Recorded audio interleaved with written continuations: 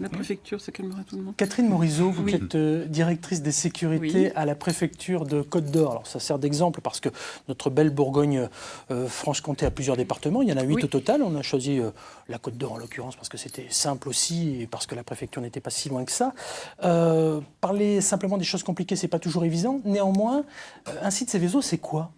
Site Seveso, c'est un site industriel, mais la particularité du Seveso, ça tient historiquement à un accident qui est intervenu en 1976 en Italie, donc un nuage herbicide qui à un moment donné se propage dans l'environnement, un impact lourd au niveau de la santé humaine, de la santé de l'environnement tout court, de la santé animale, et une prise de conscience rapide de la nécessité d'encadrer ces sites. Alors pourquoi des sites Seveso ? Parce que, je réponds peut-être à une question que vous m'auriez posée, tout simplement parce qu'il y a des Seveso seuil haut et des Seveso seuil bas, fonction à la fois de la quantité et de la toxicité des produits qui sont stockés. Voilà. On va revenir sur Bien sûr. tout ça. D'accord. D'abord, j'ai envie de vous montrer les premiers réflexes finalement à avoir en cas de problème si vous n'êtes pas très très loin d'un site dangereux. Et on verra avec vous, Catherine Morizot, qu'il Oui. en existe de nombreux chez nous en Bourgogne-Franche-Comté. Absolument. Regardez.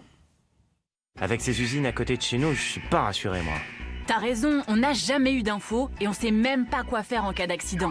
Aujourd'hui, 2,5 millions de Français vivent à moins d'1 kilomètre d'un site industriel classé Seveso, c'est-à-dire un site présentant des risques majeurs d'accidents impliquant des substances dangereuses. Et, le saviez-vous, il en existe 1379 sur le territoire hexagonal. La directive européenne dite Seveso impose que tous les riverains soient informés des risques et des procédures de sécurité. Renseignez-vous auprès de votre mairie et si ce droit n'est pas respecté, vous pouvez saisir la justice. Si tous les sites Seveso ne présentent pas les mêmes dangers, voici, en cas d'accident, les premières consignes de sécurité. Un nuage toxique vient vers vous, fuyez selon un axe perpendiculaire au vent et mettez-vous à l'abri dans un local proche. Même si vous vous sentez mal, ne vous asseyez pas et ne vous allongez pas. Respirez si possible à travers un linge humide. En cas d'accident, une sirène du type de celle qui retentit le premier mercredi de chaque mois doit vous alerter. Ne cherchez pas à rejoindre vos proches, confinez-vous. Bouchez toutes les entrées d'air, portes, fenêtres, aération, supprimez toute flamme ou étincelle. Rassurant, non ? Information, procédure de sécurité, niveau de danger, Oui.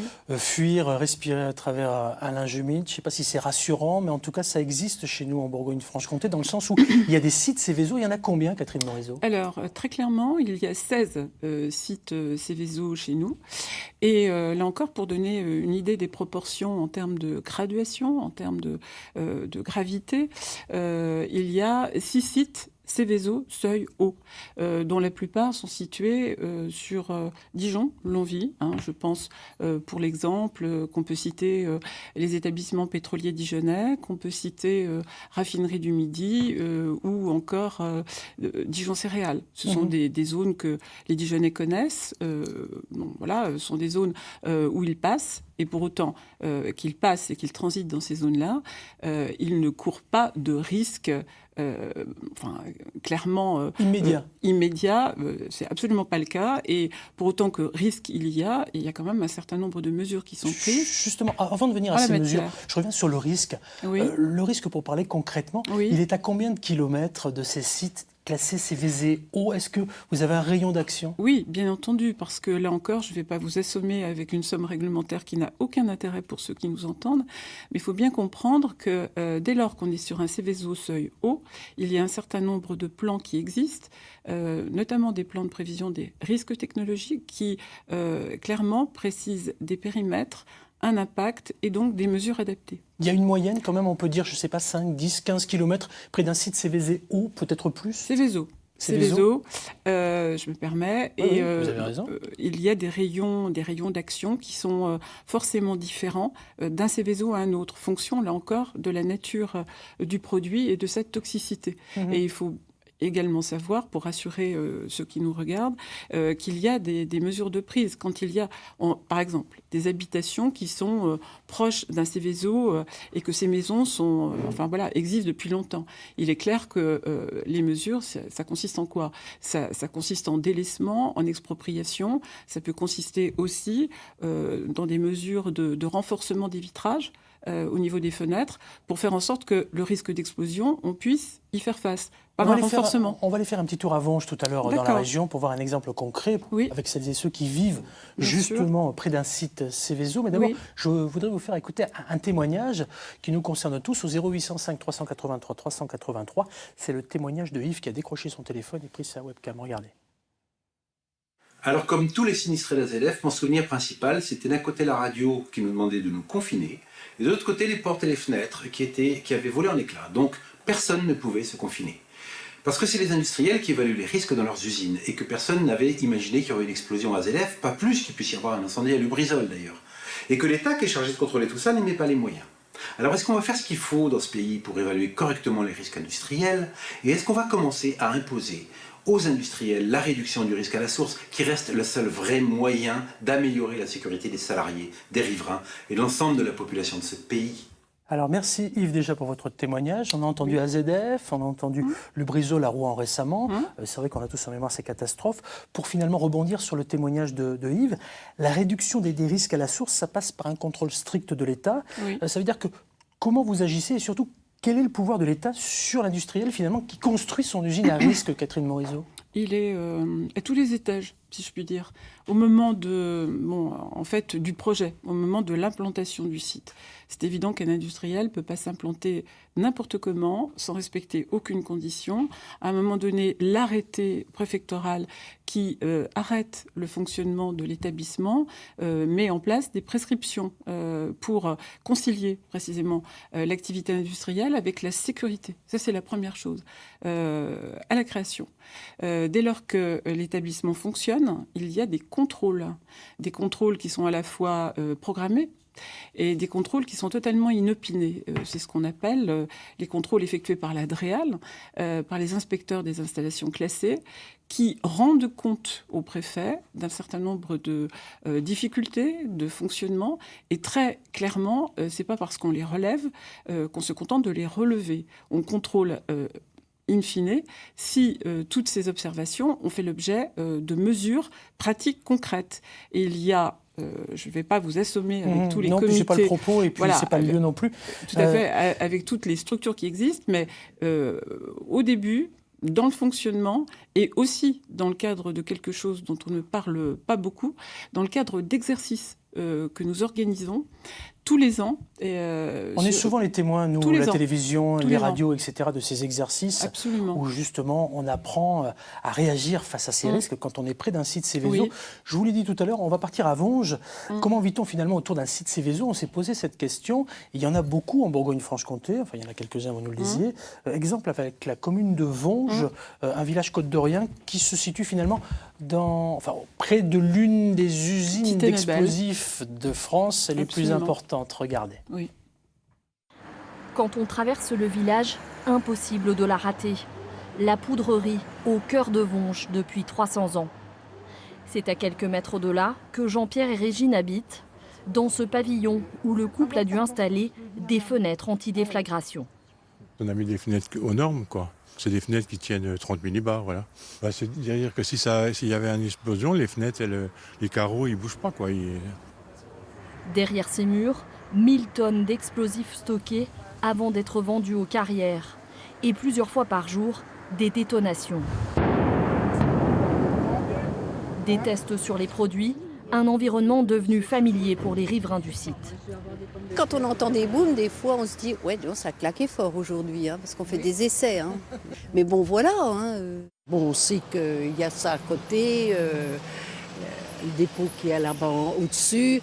Pour nous, c'est peu de nuisance. On y pense, moi, j'y pense pas. Des sites surveillés par la préfecture qui organise chaque année des exercices, des simulations d'accidents.